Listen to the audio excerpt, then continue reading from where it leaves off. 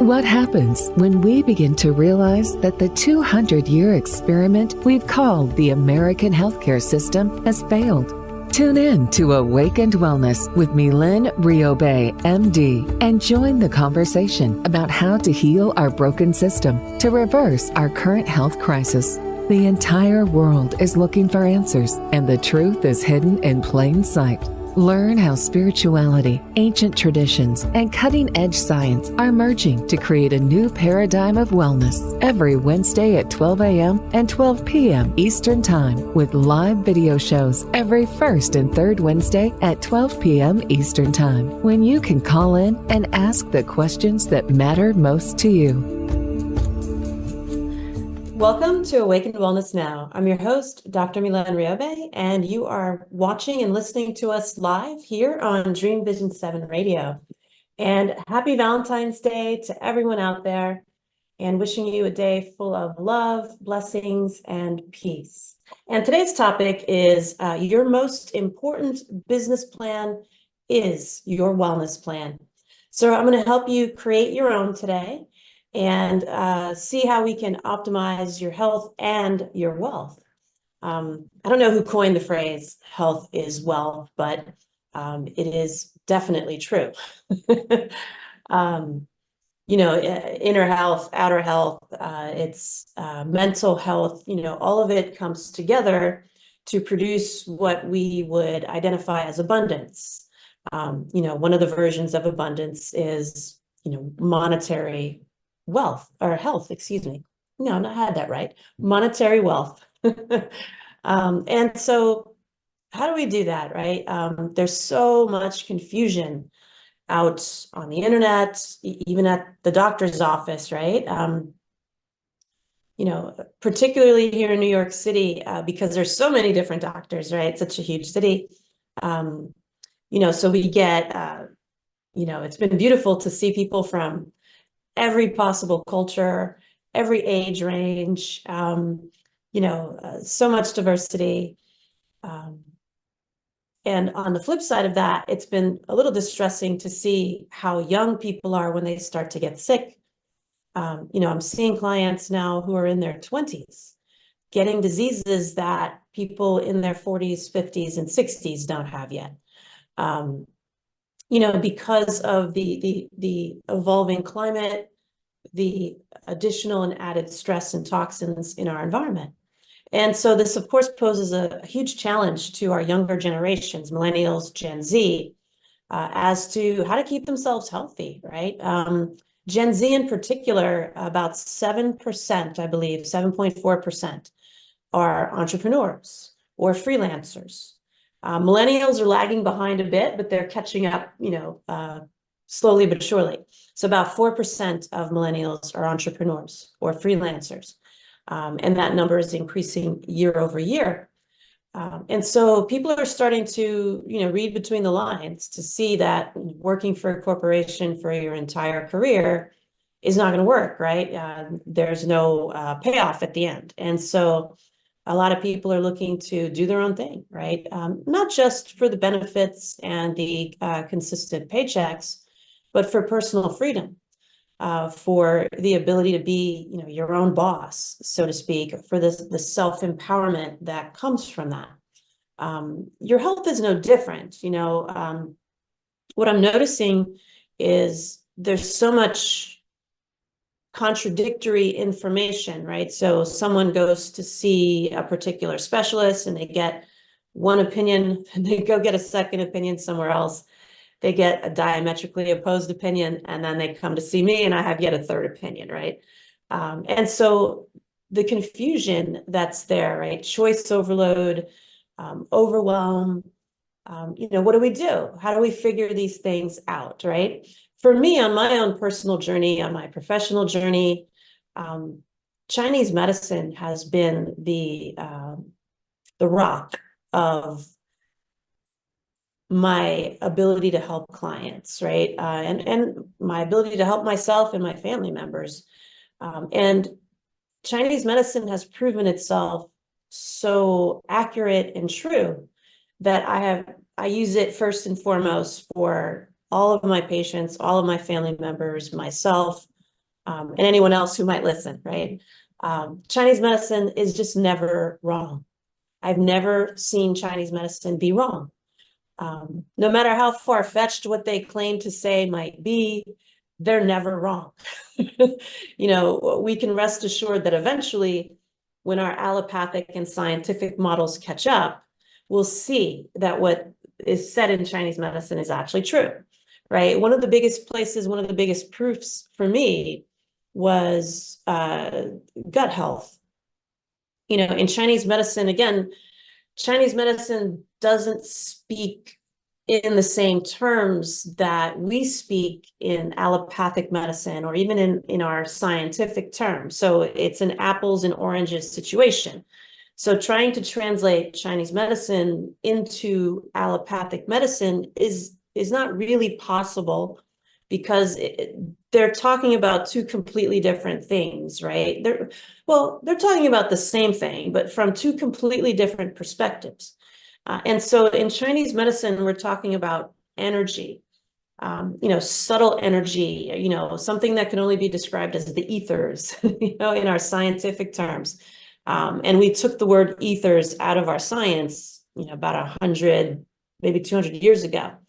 But it's very valid. And it would be the closest equivalent to what the Chinese talk about when they talk about qi. But of course, qi is much more complex than just the ethers, right? So trying to translate into American English or allopathic medicine what the Chinese are talking about is nearly impossible. Now, we can do it, so again, when we talk about damp in Chinese medicine, we can loosely translate that to what we would recognize as inflammation. But then the Chinese will say, well, there's damp heat, there's damp cold, there's damp wind. And that becomes a little harder to distinguish. Well, damp heat, okay, what does that mean? That might mean a hot inflammatory condition or an acidic inflammatory condition. When they say damp cold, we could loosely translate that as a cold inflammatory process, right? Inflammation that's worsened by cold, for example. And when they talk about wind heat, that's nearly impossible. I'm sorry, when they talk about wind damp, that's nearly impossible to translate into a language that we can understand in our science. But it's still very valid and valuable because we can loosely translate it. And so that's what I do in my practice. And during the pandemic, it became, acutely obvious to me that I needed to use Chinese medicine more and more and more and more in my practice. When they talk about spleen in Chinese medicine, again, it's an energy field. It's not an organ. It's not the spleen that we recognize, near the stomach. It is an energy field. And when they talk about spleen, they're talking about a very complex energy field that basically creates metabolism, creates blood, qi, it transforms water. And of course, we're 99% water by molecule. And so spleen in Chinese medicine is a hugely important organ or energy field. When we started to see in our own science that the large intestine was actually a detoxification organ, I was like, wow, how did they know 4,000 years ago that the large intestine is a detoxification organ? And yet they knew in intricate detail. So for example, in Chinese medicine, they say that spleen holds blood in the vessels. So easy bruising, when blood escapes the vessels underneath our skin, so we call that easy bruising. That's what in Chinese medicine they describe as spleen holding blood in the vessels. And it wasn't until thousands of years later that we discovered that in the gastrointestinal system, there are bacteria that make vitamin K. And if there's any disruption in those bacteria, they don't make the vitamin K, and we have easy bruising. And so How do they know? And yet they did know. And in fact, they describe body function in such intricate detail and with such accuracy. It's mind-blowing. And we're just beginning to scratch the surface to discover, what they described thousands of years ago in Chinese medicine. And so I've learned, like, stop doubting Chinese medicine, right? And it's not that I doubted it. It's that, I also practice functional and integrative medicine. I also practice, I don't deliver babies anymore, but I'm still an OB-GYN. And so there's this fine balance that you always have to maintain, and have your mind in all three departments at all times, so that you best manage people. And so in functional medicine in particular, they'll come out with all these fun new supplements, these fun new treatments, these awesome new devices, and you get shiny object syndrome, and you're like, ooh, what's that? And you go down a little bit of a rabbit hole, and then very quickly you learn, like, oh, I have to still stick with Chinese medicine or I'm going to stray off the path. And I've learned that over and over and over in my career, like, stop straying from Chinese medicine, right? And so I use it for everything. Every time I evaluate a client, I use Chinese medicine first, and then I incorporate functional medicine and allopathic medicine into what I found using Chinese medicine. And I've learned that that is the most consistent way to avoid confusion. Because they simply know so much about body function in Chinese medicine. And there is no study that comes out in modern terms that debunks what Chinese medicine has to say. Like, that never happens. In our allopathic world, we're constantly debunking our own science. There was a study that came out about studies, and I don't remember the exact number anymore. I think it was somewhere upwards of 90% of medical studies are contradicted within 3 years of their release, which is an astounding number, right? 1 minute we decide that eggs are bad for you. The next minute we decide they're okay. And then we go back and forth and up and down. And you could look up 100 studies on eggs, and you'll probably get 40 different opinions about eggs. In Chinese medicine, there's no controversy about eggs. There never has been. And so, again, this is how we begin to understand, okay, which systems of medicine are actually reliable and which not so much, right? And for me, it's Chinese medicine. And so everything I ever do is based in Chinese medicine. Now, that doesn't mean I don't also practice allopathic and functional medicine. I do, but it has to make sense within the realm of Chinese medicine, or I won't do it. Now, of course, if someone is having, appendicitis, they need surgery, right? If they have a severe infection, like a bladder infection, they need antibiotics, right? So that's clear. We use those other systems of medicine for what they're good for, and then we leave behind what they're not good for. So during the pandemic, what I came to realize is there was a way that if you ask the right questions, you could categorize people into what I coined as 6 dynamic metabolic types. From those 6 dynamic metabolic types, you could launch an entire wellness program for them. And then what I really learned during the pandemic is I could actually teach them to do this for themselves, which is really, I think, where medicine is going in the future. Self-empowerment and keeping yourself well outside of a doctor's office is going to be essential moving forward. The reason for that is doctor's offices don't prevent diseases, right? We have determined that pretty much definitively at this point, right? We don't prevent anything by going to the doctor. Now, we do prevent death by going to the doctor, but we don't prevent diseases by going to the doctor. We find out about them earlier by going to the doctor. And then we can manage them so that we don't die by going to the doctor. but we don't stay well going to the doctor. So the conclusion we have to come to is I need to be able to keep myself well because my doctor can't do that for me, right? And it's not, a knock on doctors. I'm a doctor, right? But the classic annual exam that we do for people prevents nothing except death by early diagnosis of diseases. And how do we know that, right? Well, we're getting inundated with diseases, right? If going to the doctor helped prevent diseases, we wouldn't have any diseases, right? Or we'd have far fewer. But it's the exact opposite. We have more and more and more diseases as time goes by. Not only do we have more and more and more diseases, they're coming earlier and earlier and earlier and earlier, right? So that's pretty much telling us what we need to know about going to the doctor's office, right? To the point where millennials don't go to the doctor's office anymore. Now, again, I'm not condoning that, right? Because you do need to diagnose diseases and you need to diagnose them as early as possible because they are coming in droves, right? We have epidemics of diseases like we've never seen before.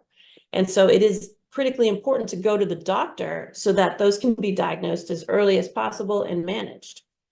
What's more important, in my opinion, for younger generations is that they learn how to be well on their own. And this is what Chinese medicine helps us to know. With Chinese medicine, normally it requires a doctor's office visit, a tongue and a pulse assessment. But for wellness, for figuring out, well, what foods do I need to eat or avoid? How much sleep do I need? What type of exercises would best benefit me? Or do I need to detox myself and cleanse myself or not? We don't typically talk about that in a Chinese medicine office visit per se. And I found that to be really unusual when I started practicing Chinese medicine, that Chinese medicine practitioners don't talk a lot about nutrition or sleep or exercise or detoxification. And I guess I realized that it was just because of the way we were educated here in the United States was different than in China. But I've always found it very natural to say, well, if we know the pattern that is underlying your condition, then we know then what your nutrition should look like. We know what exercises would benefit you and which might harm you, in fact. We know how much sleep you need. We also know if you need to detox or not detox, right? Because the pattern unravels all that. The pattern tells us that. So when we talk about the 6 dynamic metabolic types, we're talking about patterns. And the most common symptom that we could treat using those dynamic metabolic types is fatigue. Being tired, low metabolism or blocked metabolism, right? So your metabolism is not functioning well and you're tired as a result. Entrepreneurs and many, many people, but entrepreneurs in particular, tend to be quite prone to burnout and fatigue because you're your business, right? You run it. Until you can scale it and then hire other people and then you can sit back, you're the one running it all the time. And even when you scale it, you're still running it. So you still have to be fully present, fully focused, fully concentrating because no one's going to love your business as much as you do, right? It's just a normal thing.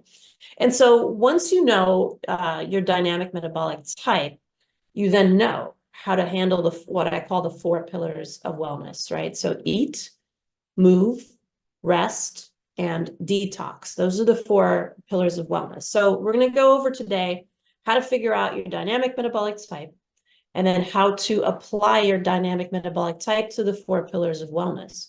And so if you haven't done our burnout assessment, I encourage you to go to awakenedwellnessnow.com, download the burnout assessment and take it.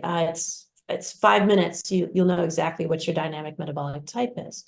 So there's 6 of them. And I think maybe we're due for our first commercial break.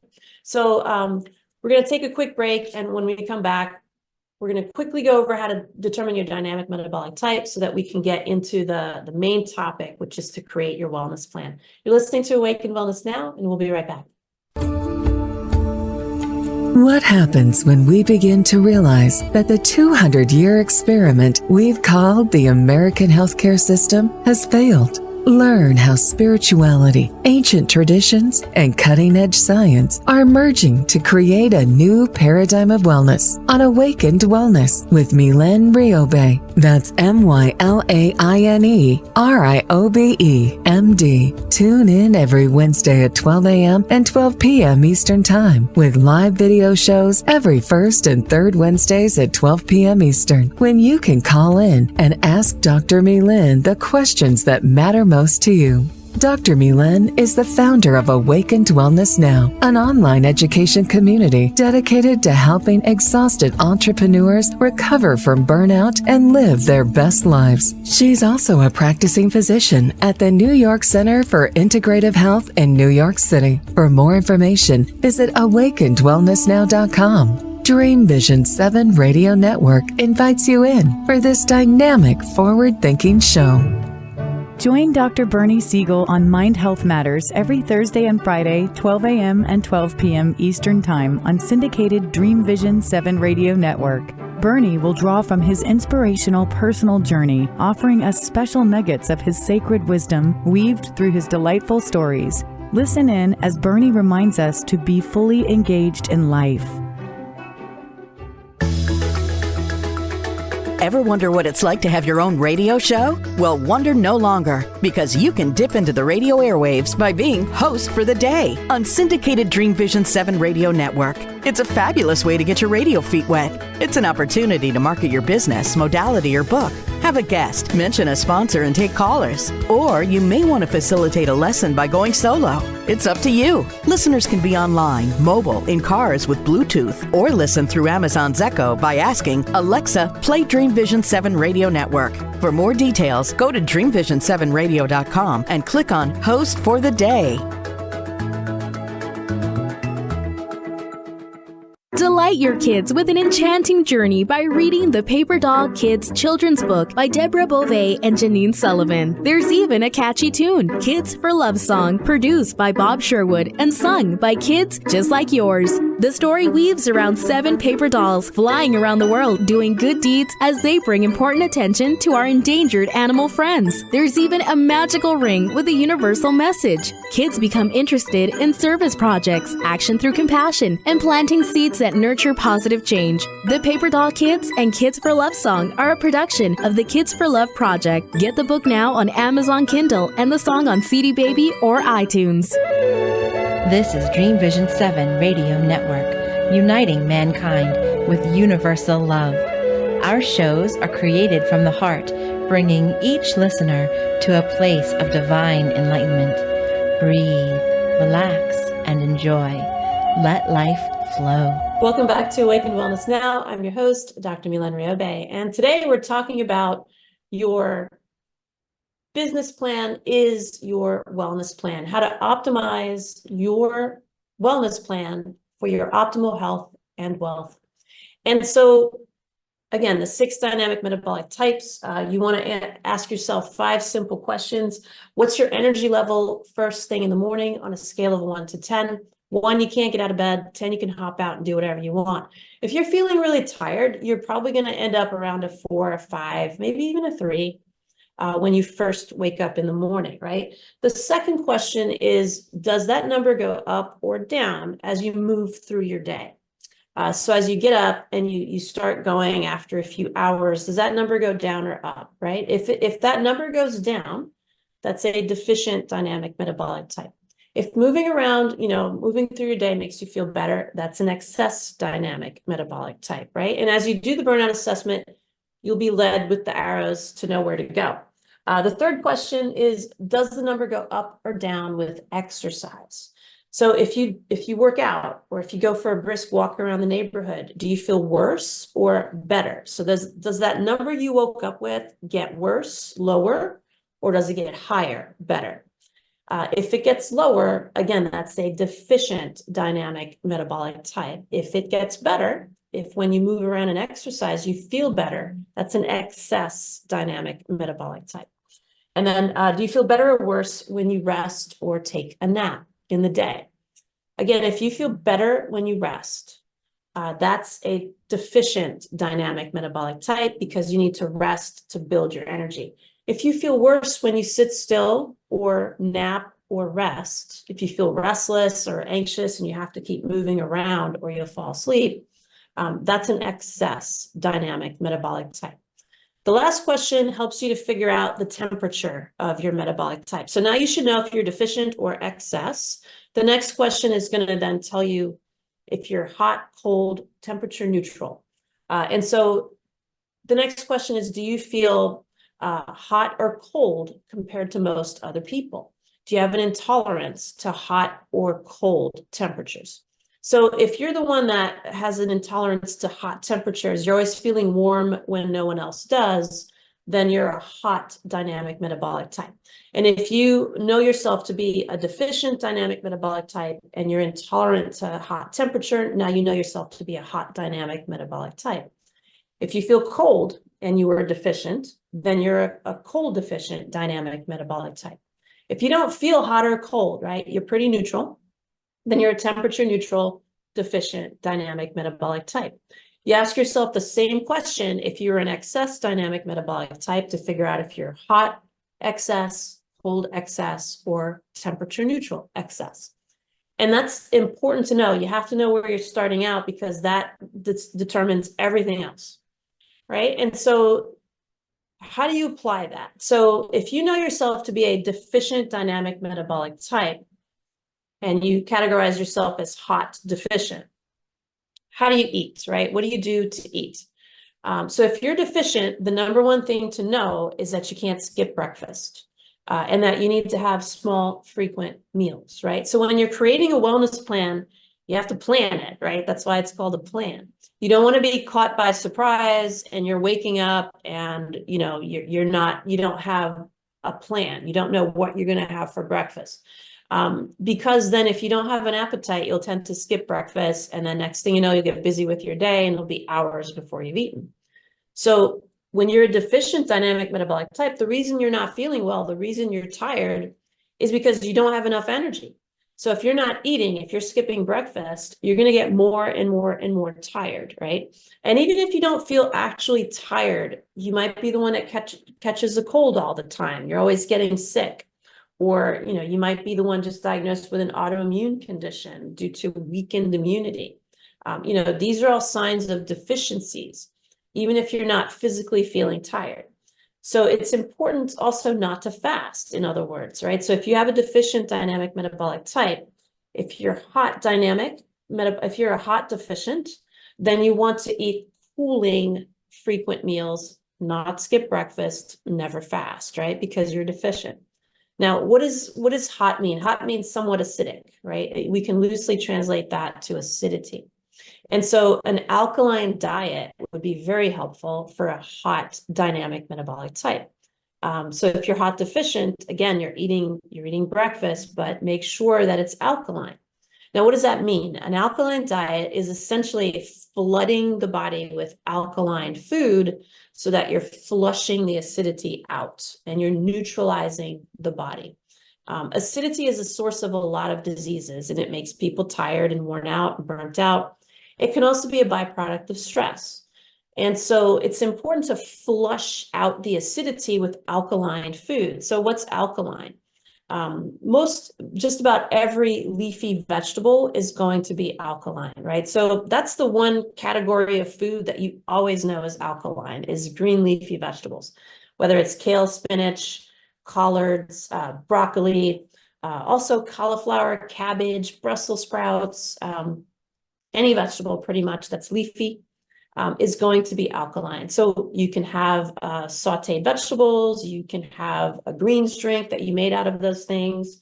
You can have a broth that you cook those things into, right? The other thing to know if you're hot deficient is to avoid red meat because those are going to make you more acidic, right? So we're taking away what's going to make us even more acidic and we're bringing in things that are super alkaline, right? And so all proteins are acidic because they're made of acids. So there's no way to get around having acidity if you're eating protein. But there are levels of acidity that you want to be aware of. And so red and gamey meats tend to be highly acidic. And then all the way on the other side of the spectrum, we have like vegan proteins. They tend to be more on the alkaline spectrum for proteins. And then everything else is kind of in the middle. So if you're looking at poultry, eggs are neutral, fish are neutral to cooling. So they would be more on the quote unquote alkaline side for proteins. And pork is actually more or less on the alkaline side. So you'd want to, again, avoid those red gamey meats and then have all the other proteins. Now, if you're vegan or vegetarian, then you would continue to have your vegan and vegetarian protein sources. But if you are an omnivore, you would want to eat those other protein sources, the pork, the chicken, the turkey, eggs, those are all fine.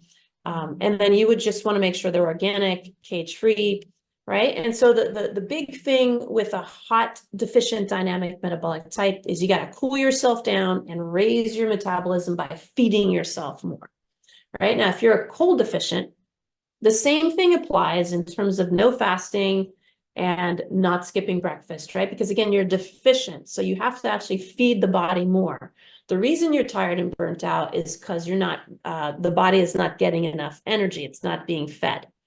And so if you're cold though, that's telling you that potentially your body temperature is too low.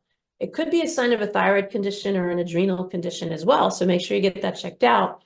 But essentially what it's saying is you're too cold and you need to warm yourself up. So those people, cold deficient, would benefit from having some red and gamey meats in their diet because that's going to warm you up. And some spices, right? So a little bit of cayenne, a little bit of turmeric, ginger, things that are going to be warming, like comfort spices, or even things that are a little bit on the hot side, jalapeno, habanero. Again, not excessively, you don't want to go crazy, but just adding those things in will raise your temperature. So that's a cold deficient dynamic metabolic type. Now, if you're temperature neutral, you want to have all of what I just said. And if you're deficient, you want to make sure, again, you're not fasting and you're not skipping breakfast, but you want to have food, a little bit of spicy, a little bit of bland, you know, a little bit of the red meat, a little bit of the vegan, so that everything is always balanced, right? And that's the temperature neutral. You don't want to make yourself excessively hot or cold. So you want to have a varied diet, but no fasting, no skipping breakfast. Right. And then again, small, frequent meals. So the common pattern here is the deficient dynamic metabolic type. What differentiates them is if you're hot, cold, or temperature neutral. Again, staying with the deficient dynamic metabolic types. Now for your move, pillar number 2, move. So that's mostly like exercise, right? What are you doing to move your body? If you are deficient, whether it's hot, cold, or temperature neutral, you want to be very restorative with your activities, right? So again, things like Qigong, Tai Chi, Yin Yoga, those are going to be really important for people who have a deficient dynamic metabolic type, whether it's hot, cold, or temperature neutral.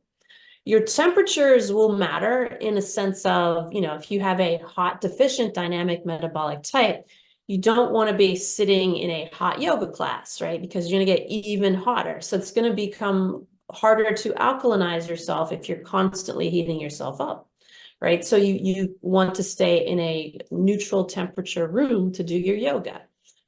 You want to be careful with infrared saunas at very high temperatures.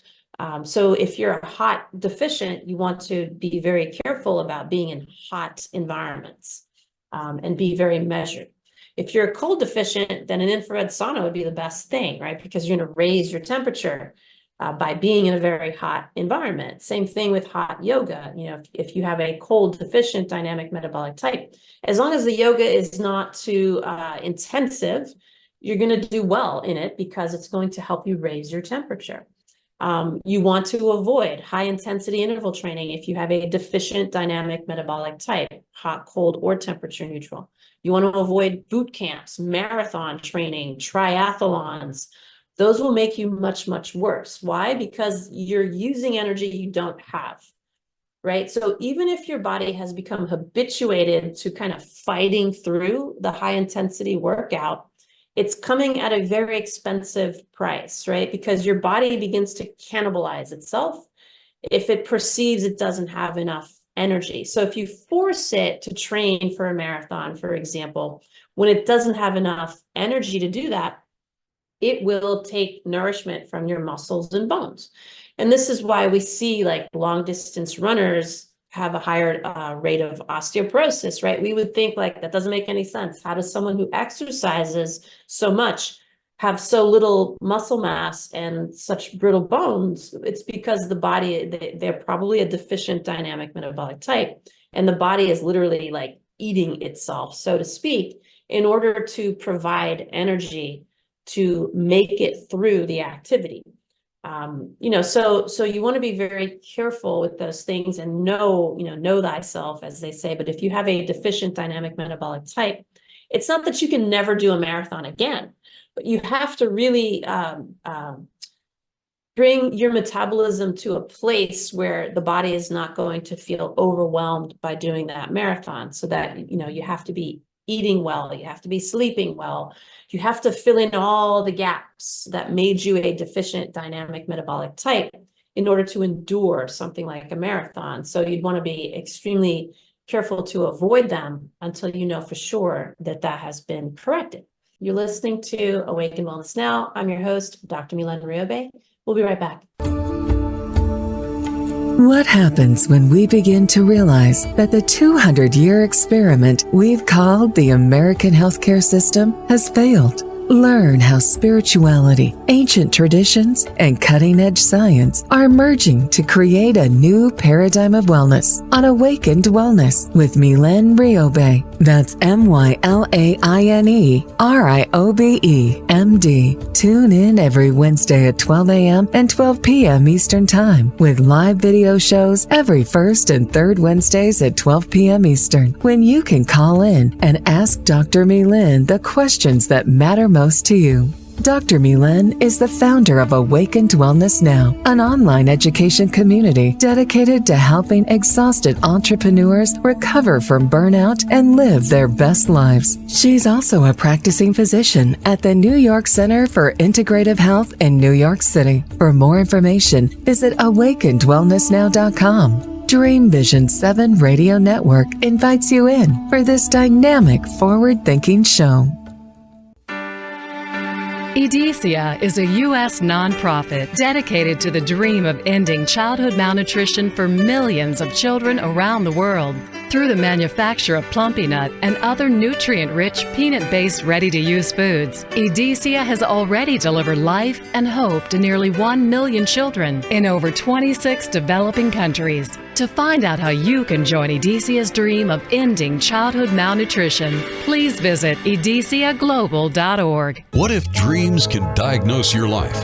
What if we can meet the love of our life in dreams? Join host Kat O'Keefe Canavas, the #1 internationally best-selling author of Dreams That Can Save Your Life, written with Duke University medical doctor Larry Burke. Dreaming Healing is where we'll explore dreams, research, and interpret dreams from you, the caller. Dreaming Healing shows can be heard every Tuesday at 9 a.m. and 9 p.m. Eastern, with live shows on the first and third evenings at 9 p.m. Eastern, 6 p.m. Pacific Time on syndicated Dream Vision 7 Radio Network.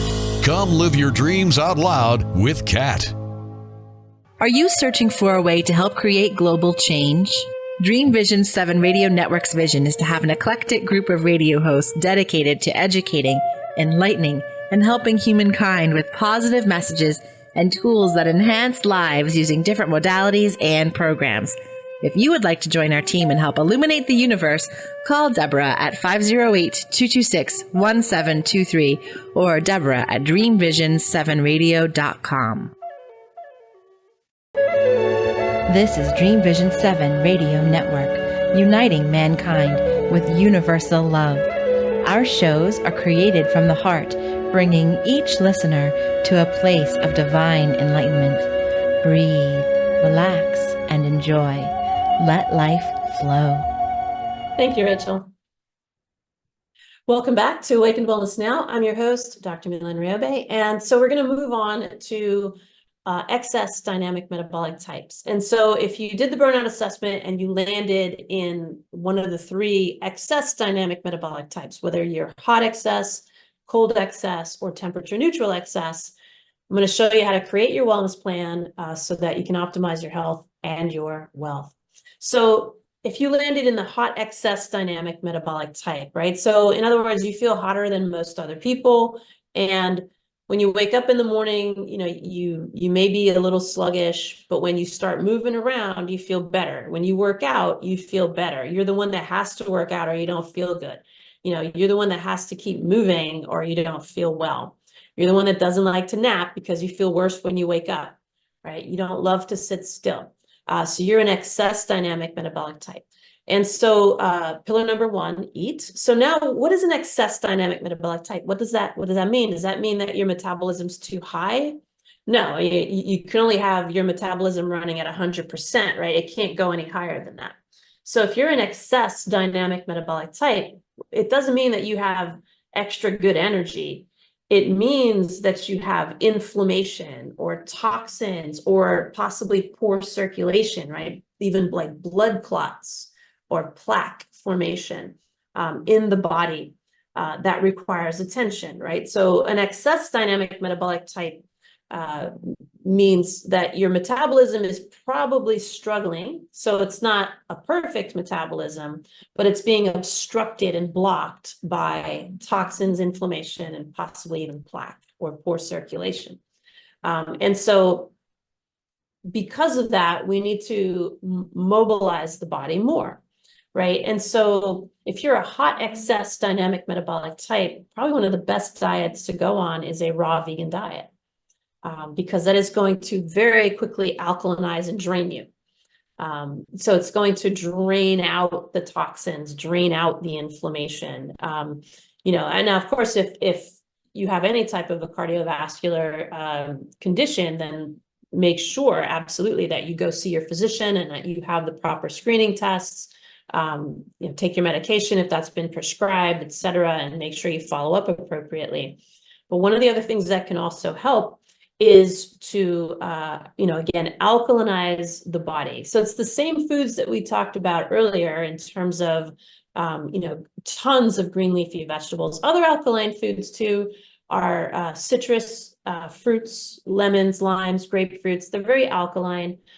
So if you were a hot deficient dynamic metabolic type, you can also have those foods as part of your alkaline diet. The difference here with an excess dynamic metabolic type is you're having an alkaline diet because you're too hot, so you want to cool yourself down. In other words, lower the acidity in your body to normal. But what you can do that a deficient dynamic metabolic type probably shouldn't do is you can fast because you have this extra stuff you're trying to get rid of. So fasting is a draining, almost detoxifying act. So if you fast, if you do intermittent fasting, for example, you will drain out the inflammation, the toxins from your body, and that will actually help you if you're an excess dynamic metabolic type. And you can also, skip breakfast. Although I don't honestly recommend people skip breakfast. I would prefer that people stopped eating earlier in the day and eat first thing in the morning. Like I would prefer if we flipped intermittent fasting on its head. The reason for that is because we would be flowing more with the Chinese circadian clock. And it makes sense, right? Because we're the most active midday. So when we're fasting, we're not fueling our most active part of the day. If you are an excess dynamic metabolic type, that'll probably be okay. That won't harm you, but you could still have the same effect in a healthier way. If you ate first thing in the morning and then did your 8 hours of eating, like let's say you got up at 7, right? And you started to eat at 8, and then you ate until 4 p.m. and then you stopped eating until the next morning at 8. You'd still be doing your fasting, but you would not be going against your own body clock and your own body physiology. So you would still get the benefit of fasting. And it also makes sense because we understand that we detox at night. We don't detox in the day. So it doesn't make sense not to eat during the day because you're not going to be able to detox then anyway. We detox at night. So it would be more effective if we stopped eating at 4 p.m. and allowed ourselves to fast the whole rest of the day and night, so that we're in a fasting state when the body is naturally detoxing itself at night. We would just be flowing with nature, and so we wouldn't see as much complication with intermittent fasting as we're seeing, especially in women. But again, if you're an excess dynamic metabolic type, the intermittent fasting is good, but I personally would recommend you still eat during day hours for those 8 hours, and then stop eating around 4 until the following morning. So that would be perfectly fine if you're a hot excess dynamic metabolic type. So you're doing your alkaline diet, you can do your fasting, your intermittent fasting, that's perfectly fine. And then for exercise, now you are the one who can do a little bit more moderate activity. So you could do the high intensity interval training, you could do spin class, you could train for that marathon, right? You could do boot camps and things like that, right? Because that's draining. So again, you're flowing with your body by allowing it to drain out toxins and inflammation. So that would actually benefit you. And then for sleep. So you don't need as much sleep if what you're really experiencing is an excess dynamic metabolic type. So again, if you're a biological male, you need 7 hours of sleep with an excess dynamic metabolic type, whether it's hot, cold, or temperature neutral, that doesn't matter. It's the fact that you have an excess dynamic metabolic type and that you're a biological male that equals 7 hours of sleep recommended based in Chinese medicine theory. And if you're a female, you need 8 hours of sleep. Biological females need 8 hours of sleep according to Chinese medicine theory. So that's for an excess dynamic metabolic type, hot, cold, or temperature neutral. Now, moving on to detox. So here, again, you can do a guided detoxification program. The colonic cleanses would likely help more with an excess dynamic metabolic type. Doing a gentle liver gut cleanse, or if you just wanted to do like a greens drink detox, you could certainly do that too. I don't highly recommend people detox on their own. It's always best to have guidance so that you do it safely. But if you have an excess dynamic metabolic type and you're hot excess, greens drinks are going to be alkaline. So that would be really helpful. Tons of salads would be very helpful if you're hot. So again, you're acidic, so you're trying to alkalinize yourself. Now, if you're cold excess, you don't want to over-alkalinize yourself. So those greens drinks will backfire on you if you have a cold excess dynamic metabolic type. You're the one that wants to have the bone broths, the stews, and the broths. So you would pour all those really great vegetables, those leafy veggies, and cook them, make them warm, spice them up even, so that you're going to raise your temperature from cold to neutral.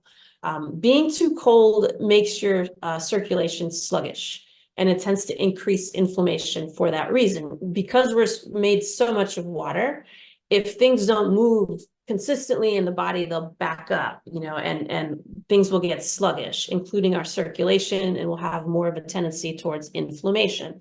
So the goal is to warm yourself up if you're too cold. Spicier foods are going to help that. This is where the red and gamey meats are going to come in and help raise your body temperature. That doesn't mean you can't have vegan protein options. You can, but I would just make sure that they're cooked and throw spices in them so that things aren't cold. You want to avoid icy frozen beverages if you're cold, right? So these are just things you want to always remember, like I need to balance myself. So whatever my dynamic metabolic type is, I need to do the opposite to bring myself back to balance. If you're a temperature neutral dynamic metabolic type, detoxing, you can again split it. So you might do some broths on one day, and the next day you might do some greens drinks. You can do again, a gentle liver cleanse, a gentle gut cleanse, colonics. If you have an excess temperature neutral dynamic metabolic type, you need to get rid of that inflammation and those toxins safely. Also, another caveat to excess dynamic metabolic type, you want to be very careful about heavy metals. So some forms of toxins that you may experience may be in the form of heavy metals. So if you do land in the categories of excess dynamic metabolic type, whether they're hot, cold, or temperature neutral, it's something to keep in the back of your mind that some of that toxic load could be in the form of heavy metals. And so you might want to, again, see an integrative medical doctor to get a heavy metals test done so that you know if part of what you're dealing with as an excess dynamic metabolic type are heavy metals. And if so, you may require a completely different type of detoxification than just a liver cleanse or a gut cleanse or a colonic. And so you may require some form of chelation therapy, if that's the case, to really successfully get rid of those types of toxins that we call heavy metals. So those would be things like mercury, arsenic, lead, platinum. There are about 20 different heavy metals that can be tested for. So that's one caveat to that. I think we have some questions, so let's go. So that's pretty much how to create your wellness plan, right? Now, if you want to be coached and walk through that, again, our Wellness Warrior 9-week transformation program is where you want to be. So I go over with live lessons, live Q&A, and we really help you to implement this into your life over a 9-week program with just all types of resources. You will know exactly what to do for yourself to optimize your health, to get out of the rut of fatigue and burnout, to optimize your health and your wealth. So I invite you to go to awakenedwellnessnow.com and book a call to speak with me to see how I can specifically help you. So we do have questions here. Help, it seems I'm so tired, but I can't sleep. And when I do, my dreams are crazy. Okay, so vivid dreams are actually, so again, that's like hyper dreaming, right? So things that are hyper usually fall into the category of hot. Usually, not always. So if you did the burnout assessment and you fell into the category of a hot dynamic metabolic type, whether it's deficient or excessive, the point here is that you're hot. You want to cool yourself down so that the dreams aren't so vivid, right? And that should help you sleep better. So heat and acidity actually keeps the body awake. And so, again, cooling it down will help you sleep better. So some of the things you might consider are cortisol. So if you have high cortisol at night, that would make you hot. You could take melatonin. If that's the case, you might find that melatonin helps. Give it a few days. Melatonin doesn't work right away. It has to kind of build in. You could start at 1 milligram, you could raise it to 3, 4, 5 milligrams over time. And if you have high cortisol as the reason for feeling hot, then melatonin will drop cortisol. If you don't have high cortisol, it won't help at all, but that might be something. And so that'll help you sleep. But when you have that much lack of sleep, you get drained, right? So you have to put all the other pillars up too. So it's not just the sleep pillar that you need to fix. It's not just the rest pillar. It's also the nutrition, the eat, the rest, the movement, and the detox pillar. All of them have to come together. So just because you're having an issue with one of the pillars, because they're related, you have to get them all up again. So when one goes down, the other ones kind of topple over too. So just be mindful of that. I was a low dynamic metabolic type. I just woke up with no real energy and wasn't hungry until afternoon. I've added spice to my diet, as you shared. I'm also taking a protein drink first thing. Still fighting low energy. How long before I can see my energy increase? Yeah, so again, that's why the 4 pillars are so critical, right? If you're just having a shake in the morning and spicing up your food, you have to ask yourself, okay, so if I am a deficient dynamic metabolic type, which is what it sounds like you are, am I hot, cold, or temperature neutral, right? That's important to know. So I would highly recommend you do that burnout assessment and know which one you are. You have to work with all 4 pillars or it won't work, so that's the reason there are 4 of them. They're so related to each other that you can't just work on the eat pillar and fix breakfast and expect results. So you have to, again, if you're a deficient dynamic metabolic type, you have to eat often, like every 3 hours. You can't fast. Otherwise you'll make yourself worse. I mean, not that you can't fast, you could, but you'd make yourself worse, right? So it's preferable not to fast, preferable not to miss breakfast. And then you have to do restorative activities, right? Breath work, heart math, yin yoga, tai chi, qigong. And then as far as the rest pillar, you know, if you're a biological female, you need 9 hours of sleep consistently. So you want to really work on going to bed on time, staying in bed for 9 hours. You may want to nap in the middle of the afternoon. Again, we go over this in our online course, the Wellness Warrior 9-Week Transformation Program, in tremendous detail. I couldn't possibly go over it in one podcast. But, you know, you need to rest in the middle of the day. So laying down with your feet up is a really wonderful thing that brings back all of your blood from the extremities back to your heart, so your heart can oxygenate all that blood and send it back out. So that's a very refreshing thing to do in the, you know, the middle of the afternoon. And then, you know, again, detox. You want to be very careful not to do any cleanses, any detoxification programs. So you want to be very, very mindful and gentle with those things. So you have to get all 4 pillars up and running, right? And with our program, we've gotten really good results in as little as 3 weeks. And so it should take 3 weeks, more or less, before you feel well, as long as, again, all those pillars are up and running. So again, I invite you to book a call. I think you'd really benefit very quickly from our Wellness Warrior 9-Week Transformation Program. So thank you for that question. I fight bloating. I try hard to avoid milk and all dairy. Still have issues with bloating, especially near the weekend. My tummy is becoming an issue with my outfit. Any suggestions for getting my body back and tummy gone? So bloating, in my opinion, is always SIBO until we're convinced it's not SIBO, right? So if you remember, SIBO is small intestine bacterial overgrowth. It's an infection that you can get in the small intestine. One of the main signs is bloating because of the involvement of the liver in SIBO. So when people have SIBO, they tend to have a leaky gut. Things leak into the bloodstream from the small intestine, and then the liver has to clean all that up, you know. And so when the liver gets a little bit stagnant and toxic or depleted, right? So if you have malabsorption, you're not absorbing your food, the liver won't have enough energy to detox you, then you'll have bloating. You also get the bloating from the bacteria that are causing the infection in the small intestine. They produce gases, and those gases are what we perceive as bloating. The other thing is they make toxins and junk. And if you have a leaky gut, which most people with SIBO do, those toxins go right into your bloodstream. And again, your liver has to deal with that. So in Chinese medicine, bloating is a liver sign.